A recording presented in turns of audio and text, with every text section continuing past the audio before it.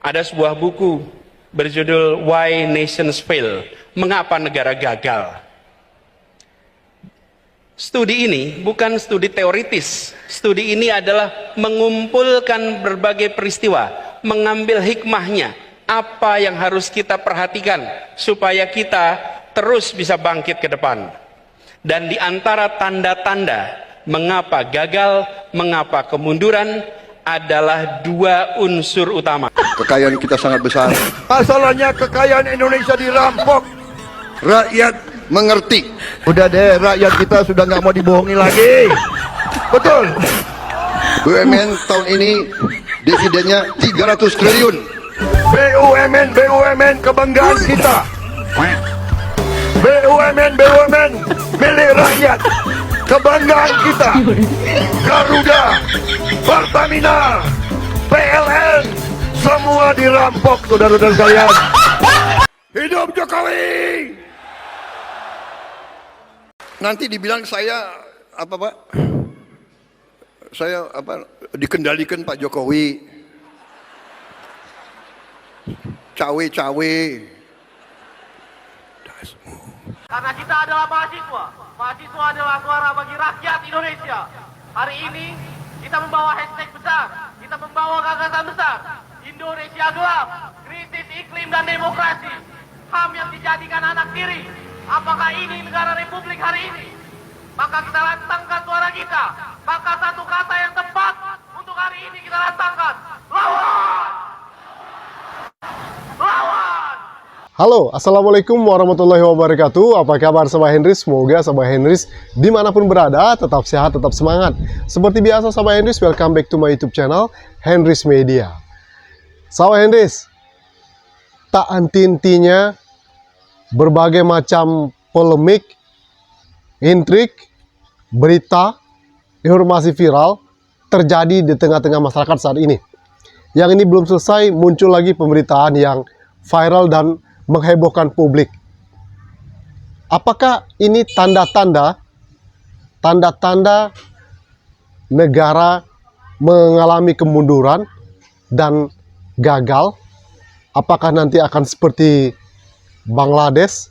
Nah, melihat kondisi situasi yang terjadi saat ini, pidato Bapak Anies Rashid Baswedan beberapa tahun lalu itu sangat tepat dan terbukti dengan apa yang terjadi sekarang.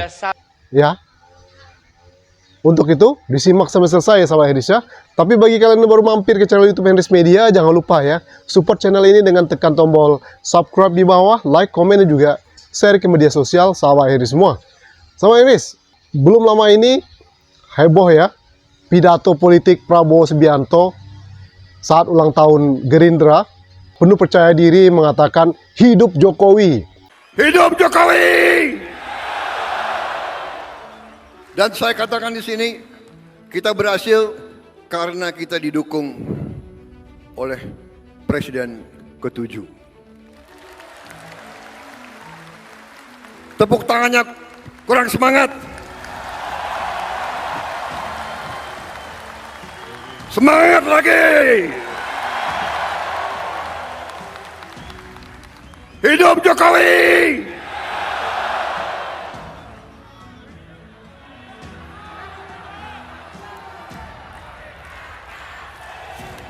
Terima kasih, terima kasih, terima kasih, terima kasih Pak Jokowi,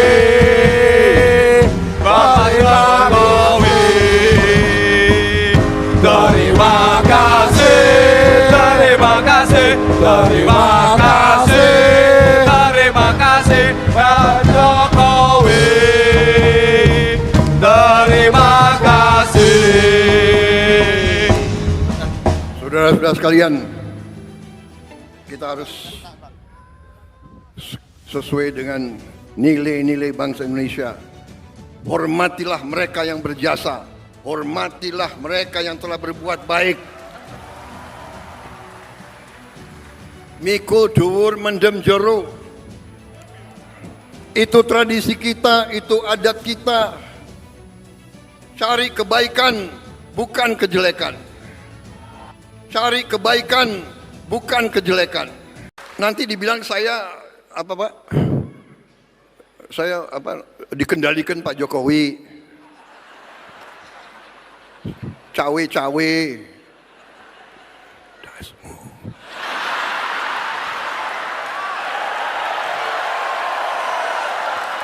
Kenapa kalian ribut? Kan saya nggak ngomong apa-apa. Benar.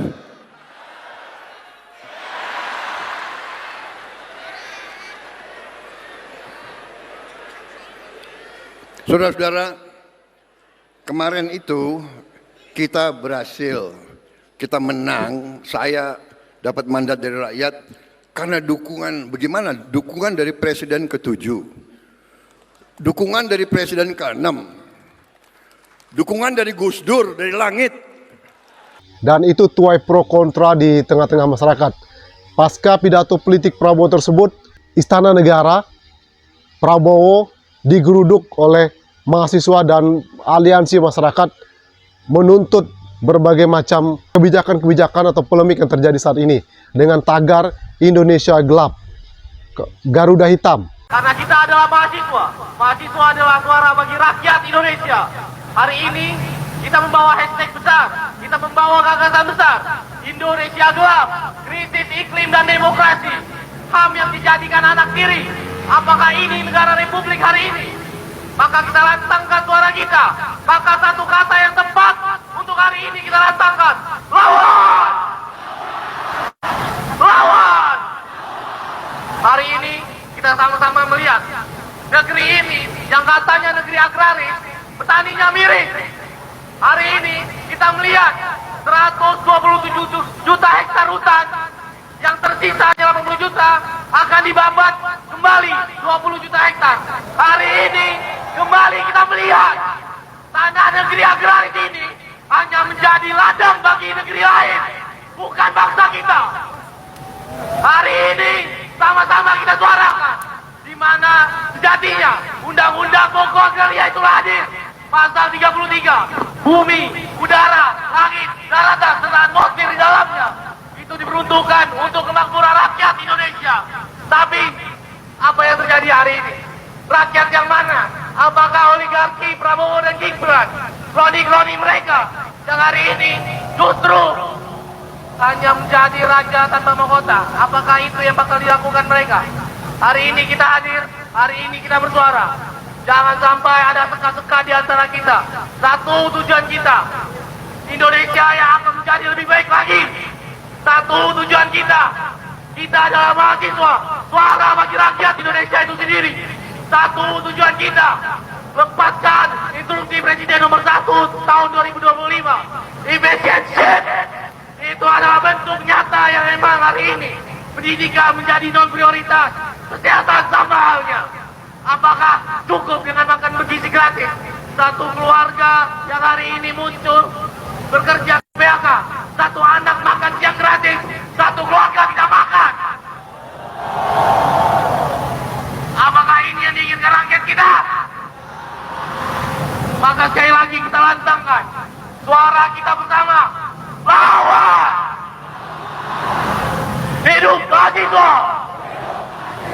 Hidup rakyat Indonesia! Hidup pendidikan Indonesia! Hidup pertanian Indonesia! Hidup perempuan Indonesia!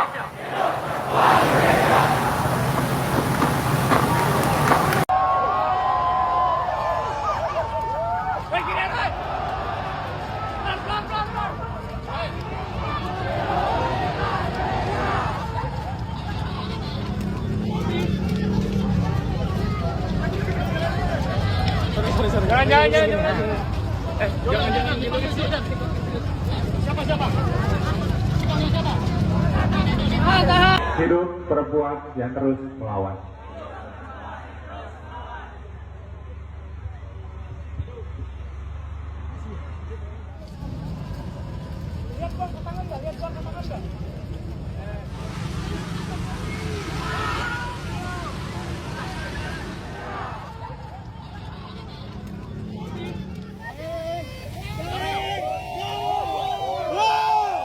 Terkhusus kali ini yang menjadi krusial dan juga fundamental adalah isu pendidikan. Karena dengan beberapa alasannya, pemerintah pusat sebegitu dengan mudahnya memangkas daripada sektor pendidikan dan juga kesehatan. Padahal daripada dua sektor tersebut menopang dan juga menjadi fondasi utama sebagai mahasiswa, sebagai manusia, kita butuh pendidikan dan juga kesehatan. Kita buktikan kepada Bapak Kepolisian hari ini bahwasanya mahasiswa lulus SMA, SMK, jual tanah, masuk polisi. Makanya tugas kalian itu hari ini menjaga kita. Kalau kalian hari ini Belum lagi persoalan makan bergizi gratis yang tuai pro kontra. Nah, beda dengan di Papua. Di Papua malah masyarakat membutuhkan bukan makan bergizi gratis, tapi pendidikan gratis. Kemudian pagar laut Tangerang ini yang dijadikan tersangka lurah atau kades Kohot, ya. Ini terkesan yang dijadikan tersangka kok malah pionnya, yang punya pagar lautnya itu malah dibebas gitu ya. Dan ini juga Kejagung itu mundur dari masalah pagar laut ini, diserahkan ke Bareskrim. Ada apa? Nah, mengenai hukum, politik, kebijakan, pidato Pak Anies ini terbukti dengan apa yang terjadi saat ini. Apalagi ini ada efisiensi anggaran, ya kan? Nah, itu kabarnya beberapa triliun, ratusan triliun itu akan dimanfaatkan untuk Danantara gitu ya, semacam investasi gitu loh. Nah, yang jadi pengawas adalah mantan-mantan presiden. Katanya mau niru program yang ada di Singapura, Samstek atau apa itu namanya. Kita akan luncurkan dana investasi Indonesia yang saya beri nama Danantara. Minimal 15 proyek, mega proyek yang miliar-miliar dolar kita mulai tanpa kita minta investasi dari luar negeri. Kita akan wujudkan cita-cita Bung Karno, berdiri di atas kaki kita sendiri. Tanggal 24 Februari yang akan datang, 9 hari dari sekarang, kita akan luncurkan dana investasi Indonesia yang saya beri nama Danantara, Daya Anagata Nusantara. Artinya kekuatan atau energi masa depan Indonesia. Danantara adalah kekuatan energi masa depan.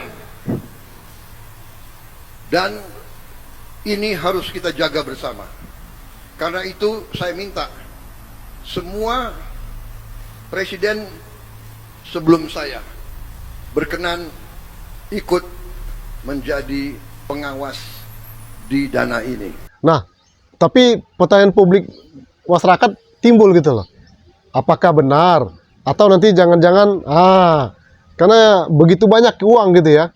Apakah nanti akan disalahgunakan atau apa? Itu kan kekhawatiran masyarakat ya. Sangat relevan sekali dengan pidato Pak Anies Baswedan beberapa waktu yang lalu.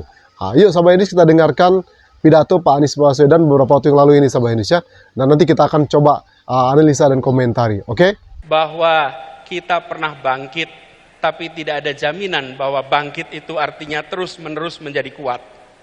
Bangsa-bangsa di seluruh dunia, ada masa mereka bangkit, membesar, ada masa mereka bangkit, pelan-pelan turun, bahkan gagal.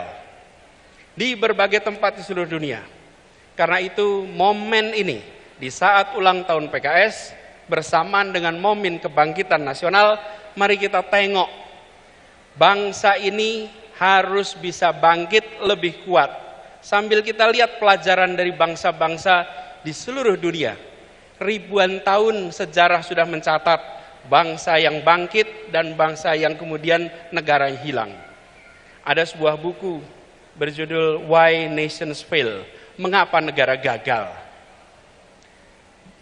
Studi ini bukan studi teoritis. Studi ini adalah mengumpulkan berbagai peristiwa, mengambil hikmahnya, apa yang harus kita perhatikan supaya kita terus bisa bangkit ke depan. Dan di antara tanda-tanda mengapa gagal, mengapa kemunduran adalah dua unsur utama, institusi politik dan institusi ekonomi. Ketika institusi politik, institusi ekonomi itu bersifat ekstraktif, memeras, maka pelan-pelan negaranya akan turun. Tapi kalau institusi ekonomi, institusi politik sifatnya inklusif, memberikan kesempatan setara kepada semua, pelan-pelan negara akan bangkit menjadi kuat, menjadi makin berkembang. Apakah institusi politik dan ekonomi yang bersifat memeras, menyingkirkan, atau bersifat inklusif, memberikan kesempatan pada semua? Coba kita lihat satu-satu. Kita lihat institusi politik. Apa bedanya negara dengan institusi politik yang bersifat memeras, ekstraktif, menyingkirkan, dan yang bersifat inklusif atau melayani semua? Negara dengan institusi politik bersifat memeras, menyingkirkan, cenderung mengkonsolidasikan kekuatan, kewenangan pada satu pemimpin, pada satu grup, pada satu kelompok. Kekuasaannya tidak disebar dan dibagikan kepada semua. Negara dengan institusi politik yang memeras, menyingkirkan, memberikan kesempatan partisipasi yang terbatas, partisipasi yang terkendali. Bahkan mereka-mereka yang berbeda pikiran politiknya sering dipinggirkan dari arena. Negara dengan institusi politik yang memeras, menyingkirkan ini sering tidak mengindahkan etika, sering tidak mengindahkan aturan hukum. Bahkan peraturan bisa ditekak-tekuk, bisa diterapkan setelah tebang pilih, dan seringkali dibuat hanya untuk menguntungkan mereka yang sedang berada di dalam lingkar kekuasaan. Mudah-mudahan tanda-tanda seperti ini tidak ada di negeri kita. Ada apa tidak? Ada yang merasakan? Jangan sampai ada. Karena itu tanda-tanda bukan menuju kesuksesan. Dan sebaliknya, negara dengan institusi politik yang bersifat melayani semua, yang menjunjung tinggi pilar demokrasi, yang memberikan kewenangan kepada cabang-cabang pemerintahan agar saling mengawasi, saling menyeimbangkan. Negara yang seperti ini akan kita saksikan tanpa konflik kepentingan. Misalnya, yang seperti ini tidak ada market player yang sekaligus regulator. Kalau pedagang, pedagang saja. Jangan pedagang sekaligus pejabat, sekaligus pembuat aturan. Apalagi membuat aturan yang terkait perdagangan yang dibuatnya. Dan juga tidak kemudian serba rangkap jabatan, apalagi rangkap jabatan yang bertumpuk-tumpuk. Juga memastikan meritokrasi berjalan dalam pemerintahan, bukan memberikan keistimewaan pada keluarga. Negara dengan institusi politik yang melayani ini cenderung menjunjung tinggi tegaknya rule of law, sehingga yang dilakukan adalah memperkuat cabang-cabang hukum agar independen, agar terbebas dari intervensi politik, agar transparan dalam setiap pengambilan keputusan. Dan kalau kita saksikan, ini yang harus kita perkuat di Republik ini. Yang terakhir, negara dengan institusi politik yang inklusif, yang melayani, akan menjunjung tinggi kesempatan warga untuk menyuarakan pandangannya, pikirannya, aspirasinya, tanpa sedikit pun ada rasa takut. Negara yang inklusif adalah negara yang tidak baperan. Negara yang membuka ruang kepada kritik. Negara atau pemerintah memiliki kekuatan aparat, memiliki kekuatan anggaran, memiliki kekuatan media, memiliki bahkan kekuatan senjata. Yang dimiliki oleh rakyat adalah gagasan, aspirasi, dan kata-kata. Jangan sampai satu hal yang dimiliki oleh rakyat, kata-kata, itu pun dilarang untuk diartikulasikan. Izinkan kata-kata rakyat bisa muncul ke permukaan. Karena itu bila saat ini ada pasal-pasal yang dikenakan kepada mereka yang mengungkapkan pendapat, maka ke depan kita perlu justru pasal-pasal dalam undang-undang kita, dalam peraturan kita yang secara tegas dan eksplisit melarang persekusi atas kebebasan berpendapat. Jadi saya juga mengalami ketika tugas di Jakarta, ketika berada di pemerintahan, maka kita menjadi kotak pos alamat keluhan dan kritik. Dan itu harus diterima sebagai it comes with the job. Ini adalah bagian dari pekerjaan. Tidak perlu dituntut, tidak perlu diprosekusi, dan itu juga yang telah kita sama-sama laksanakan di Jakarta. Tidak ada satupun yang dilaporkan dan diprosekusi. Hal lain adalah terkait dengan institusi ekonominya.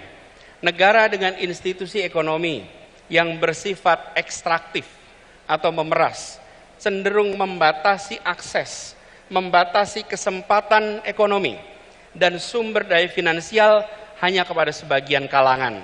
Mereka yang berada dalam lingkar kekuasaan saja, mereka yang dekat lingkar kekuasaan saja. Sementara mereka yang jauh, mereka yang tidak bersama, tidak mendapatkannya. Ini harus kita hindari. Harus dihadirkan transparansi dan pengawasan atas penyalahgunaan kekuasaan seperti ini.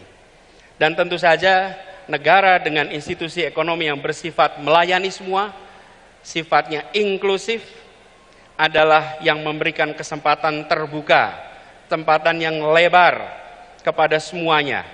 Dan langkah-langkah yang kita lakukan untuk menghadirkan ini adalah memastikan bahwa yang kecil bisa menjadi besar tanpa mengecilkan yang besar. Semangatnya adalah seperti tadi disampaikan, bahwa membesarkan yang kecil tanpa mengecilkan yang besar. Jadi bukan hanya bersifat ekstraktif, memberikan kesempatan pada yang besar untuk makin besar, tapi harus memastikan bahwa semua dapat kesempatan yang sama. Dan negara dengan institusi ekonomi yang bersifat ekstraktif ini cenderung abai pada pengembangan pelayanan publik dan pembangunan infrastruktur. Sebaliknya, yang inklusif cenderung untuk melayani semua. Kalau kita bicara infrastruktur, tadi sudah disampaikan juga, alhamdulillah kita lihat banyak pembangunan infrastruktur besar di zaman pemerintahan sekarang ini. Kita ambil contoh pembangunan jalan, tadi juga disampaikan pembangunan jalan. Media, ada tim jurnalis dari media Kata Data, ini mengumpulkan datanya. Izinkan saya kutip di sini. Pemerintahan kali ini berhasil membangun jalan tol terpanjang dibandingkan periode-periode sebelumnya. 63% dari seluruh jalan tol berbayar yang ada di Indonesia itu dibangun di era pemerintahan sekarang. Sepanjang 1.569 km dari total 2.499 km. Itu adalah jalan berbayar. Sedangkan jalan yang tak berbayar, yang digunakan oleh semua secara gratis, yang menghubungkan mobilitas penduduk dari sudut-sudut desa ke perkotaan, yang membawa produk-produk pertanian, produk perkebunan, produk perikanan dari sentra-sentra tempat mereka dihasilkan ke wilayah-wilayah pasar, baik jalan nasional, jalan provinsi ataupun jalan kabupaten, terbangun 19.000 km di pemerintahan ini. Kalau coba saya bandingkan dengan pemerintahan 10 tahun yang lalu. Di zaman Presiden Pak SBY, jalan tak berbayar yang dibangun adalah sepanjang 144.000 atau 7,5 kali lipat. Bila dibandingkan dengan jalan nasional, di pemerintahan ini membangun jalan nasional sepanjang 590 km. Di era 10 tahun sebelumnya 11.800 km. 20 kali lipat. Kita belum bicara mutu, kita belum bicara standar dan lain-lain. Ini bicara panjangnya. Kedua infrastruktur ini jelas diperlukan sama-sama. Tapi yang perlu kita perhatikan di sini adalah bahwa keberpihakan ketika bicara institusi ekonomi memberikan kesetaraan kesempatan kepada semuanya. Kita perlu memikirkan ke depan institusi yang inklusif, infrastruktur yang menunjang keseharian. Air saja misalnya, Hari ini kita punya air di sini. Susenas 2019 menunjukkan 38% penduduk Indonesia menggunakan air dalam kemasan sebagai sumber air minum.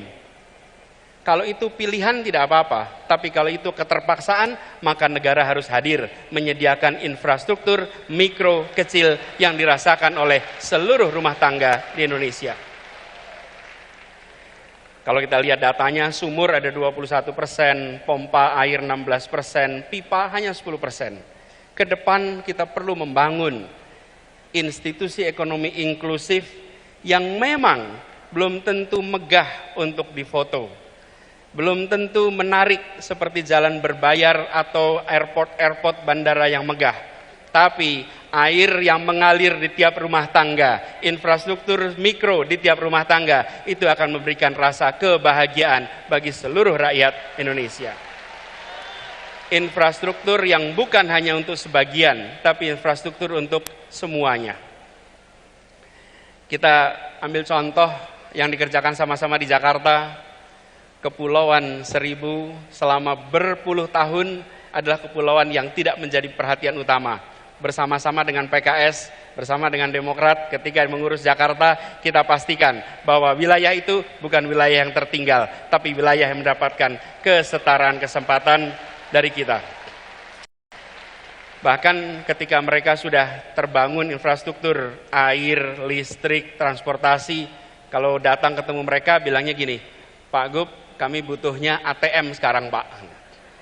Dulu butuhnya transportasi, sekarang butuhnya ATM, butuhnya cooling station. Itu menggambarkan mereka sudah meningkat kebutuhannya.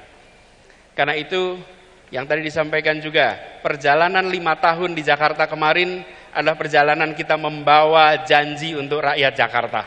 Dan janji itu kita lunasi sama-sama untuk rakyat Jakarta. Kini saatnya untuk kita menyongsong amanah yang lebih besar bagi seluruh rakyat Indonesia. Dari pidato Pak Anies beberapa tahun lalu, ini masuk akal guys ya.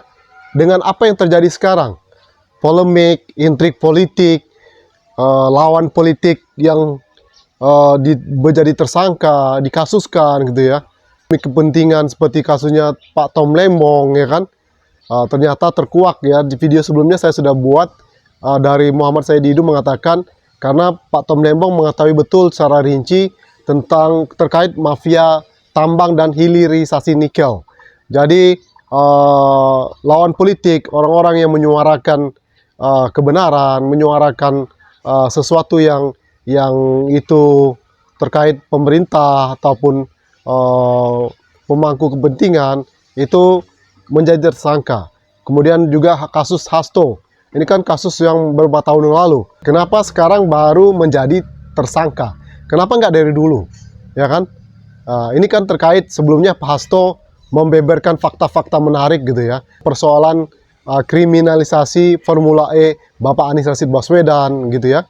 Dan juga kalau Pilpres 2024 kemarin seharusnya berlangsung 2 putaran. Nah loh, berarti kalau apa yang dikatakan Pak Hasto itu berkaitan tentang waktu itu kan film Dirty Vote.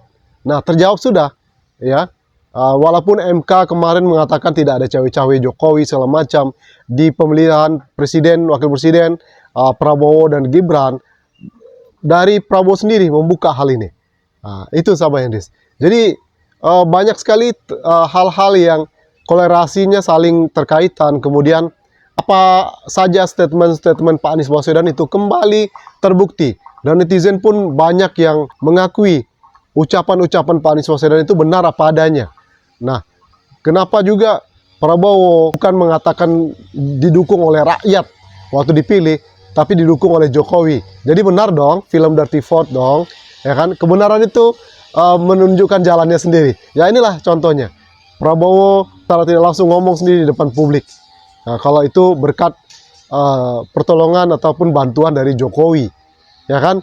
Apakah tanda-tanda yang diungkapkan oleh Pak Anies Baswedan dan juga dengan apa yang sekarang terjadi itu akan terjadi di negeri kita? Pertama, sekali lagi kita tentu mengharapkan ini jangan sampai terjadi guys ya, jangan sampai terjadi, ya. Oke, nah jadi banyak sekali ucapan-ucapan, perkataan, pidato Pak Anies itu yang sekarang mulai ditunjukkan. Ini kuasa Tuhan. Itu saja video kali ini. Sampai ini, thank you for your attention. One more time, don't forget to subscribe, like, comment, and share. See you next video. Wassalamualaikum warahmatullahi wabarakatuh. Bye-bye.